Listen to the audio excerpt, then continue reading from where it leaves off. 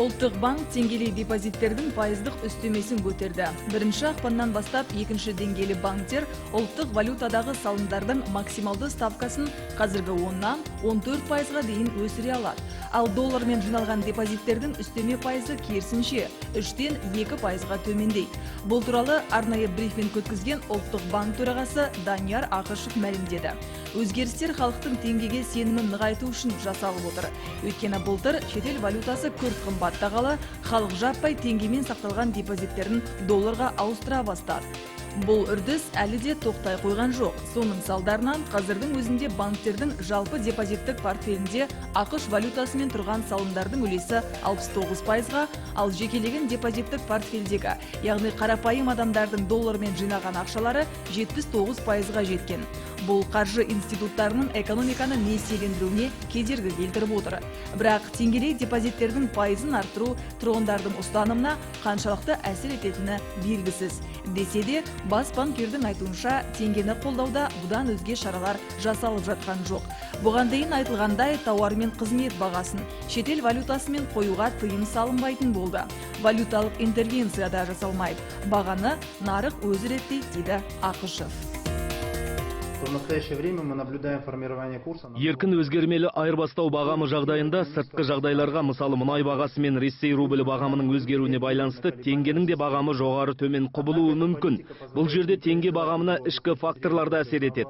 Алайда сыртқы тұрақсыздық жағдайында мұндай саясат өзін ақтайды деп ойлаймын. Яғни ол теңге бағамының бір мезетте күрт өзгеріп кетуіне жол бермейді. Осылайша қазіргі жағдайда ұлттық банктың тікелей қатысуынсыз-ақ валюта нарығында тепе-теңдік қалыптасып отыр.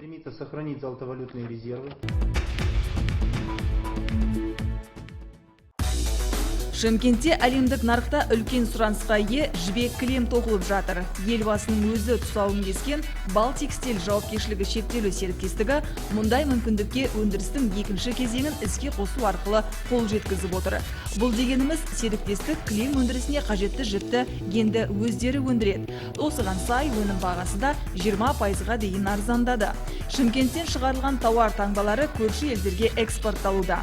Екінші кезеңін іске қосудың арқасында серіктестік бұрынғыдай шеттен келетін шикізатқа қарап отырмайтын болды. Жіп қанша қажет болса, сонша өндіріледі. Жаңа желі, жаңа мүмкіндіктердің кілті, жібек кілем әлемдік нарықтағы сұранысқа сай үлкен партиямен тоқылып отыр. Негізгі саламыз кілем өндіру болғаннан кейін, әрине кілемнің түрін айтатын болсақ, 25-ке жуық бізде маркамен кілемдер шығып жатыр. Оның осы 2015 жылдың ортасына дейін, бірінші жылдың соңына дейін толықтай Қазақстанның ішіне сатқан болсақ, қамтамасыз еткен болсақ Қазақстанды, 2015 жылы шілде айынан бастап та көршілес Қырғызстан, Ресей мемлекеттеріне өнімдерімізді экспорттап жатырмыз. Жалпы Ресейде де, Қырғызстанда да біздің өнімге деген сұраныс өте жоғары. Кілем тоқуға қажетті жіп дайын болу үшін 3 кезеңнен өтеді. Бірінші, жартылай пропилен түйіршіктері 250 градус ыстықта ерітіліп, жіп талшығына айналады. Одан кейін арнайы станокта иіріледі. Соңғы сатысы жіп сапасын жақсарту үшін 150 градустық буда термо өңдеуден өтеді. Термо өңдеуден өткен жіп ұзақ жылға шыдайды, әрі кілемге жақсы өң береді. Ұзақ жылға шыдайды. Бұл біздің неге термо өңдеуге кірмесе, жіптің кілемнің түсі де өзгереді, сапасы да түседі. Фабрика басшылығының айтуынша, мұнда тапсырысқа сай кілемнің кез келген түрін тоқуға болады. Сұраныс жасаса, адамның портреті де салынатын көрінеді. Қазіргі заманауи үлгідегі қандай да бір өндіріс болсын, заманның, нарықтың талабына, сұранысына сәйкес. Бұл жерде қазақи нақыштағы ою-өрнектегі кілем өнімдері өндіріліп жатыр. Ол жалпы біз жалпыға шығармаймыз, ол жаңағы тапсырыс бойынша шығады. Қаласаңыз, сіздің бір атаңыздан келатқан, анаңыздан келатқан бір арнайы қазақи нақыш болса, оны да жасап бере аламыз. Тағы бір ерекшелік, мұндағы өндіріс қалдықсыз жүйеде жұмыс істейді. Ал алдағы уақытта 3-ші кезеңді іске қосу жоспарда бар. Ол кезде өндіріс қуаты арта түседі.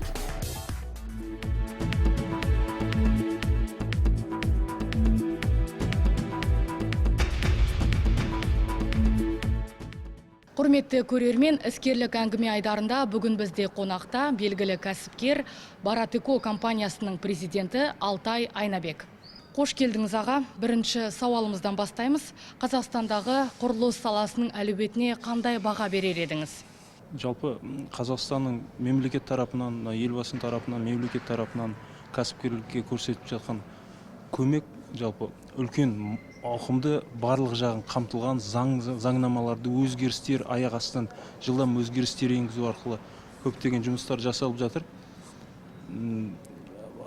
Жалпы еңбек етуге, бизнес көркейтуге, жалпы любой әрбір деңгейдегі бизнесті көркейтуге ыңғайлы жағдайлар жасалған. Оны белсенді жұмыстар жасалып жатыр.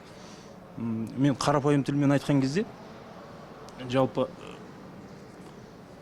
тек қана әрбір кәсіпкерге шайнап жұту ғана қалды.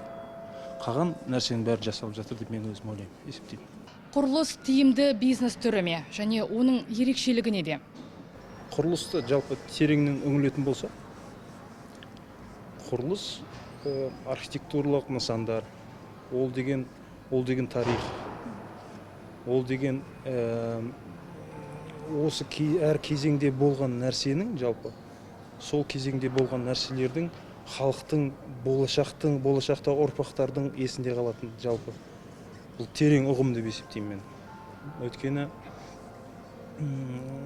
археологиялық қазбалар болсын, жалпы нелер болсын, әр ненің мәдениетін сол кездегі қалған экономикалық дамуын, сол кездегі қалған нысандардың қазбаларына қарап анықтайды жалпы археологтардың өздері, нелердің өздері.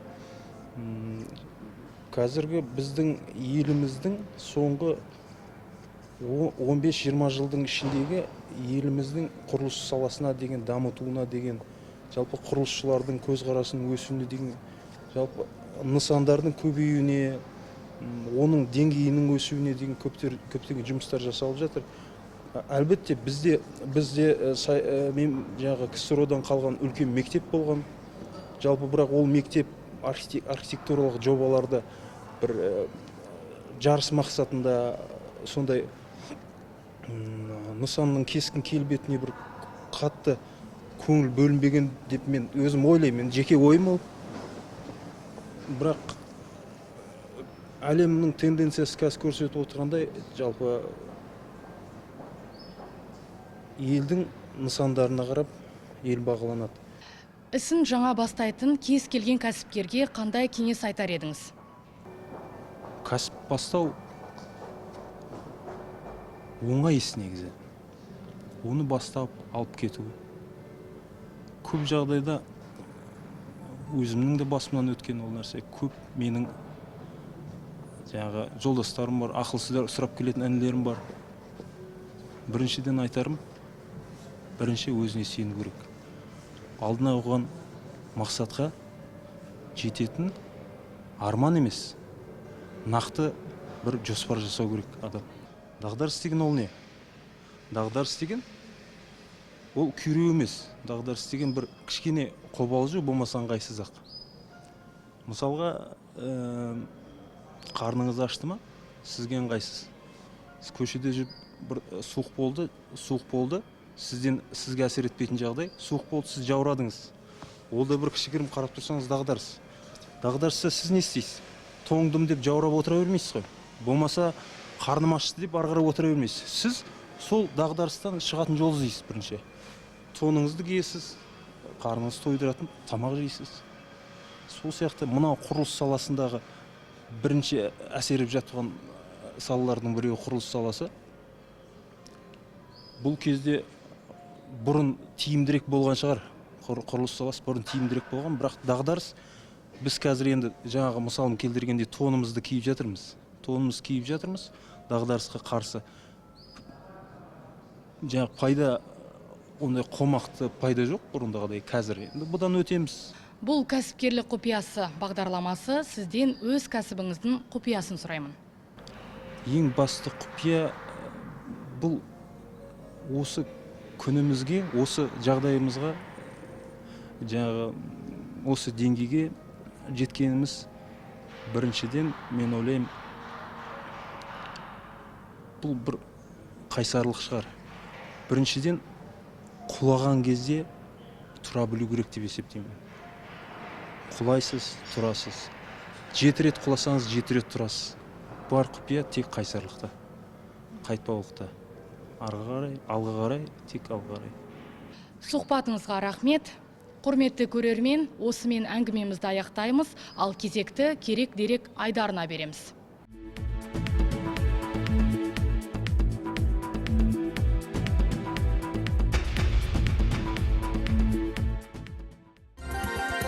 Еуропа елдері үшін энергияны үнемдеу 1973 жылғы дағдарыстан кейін басталды.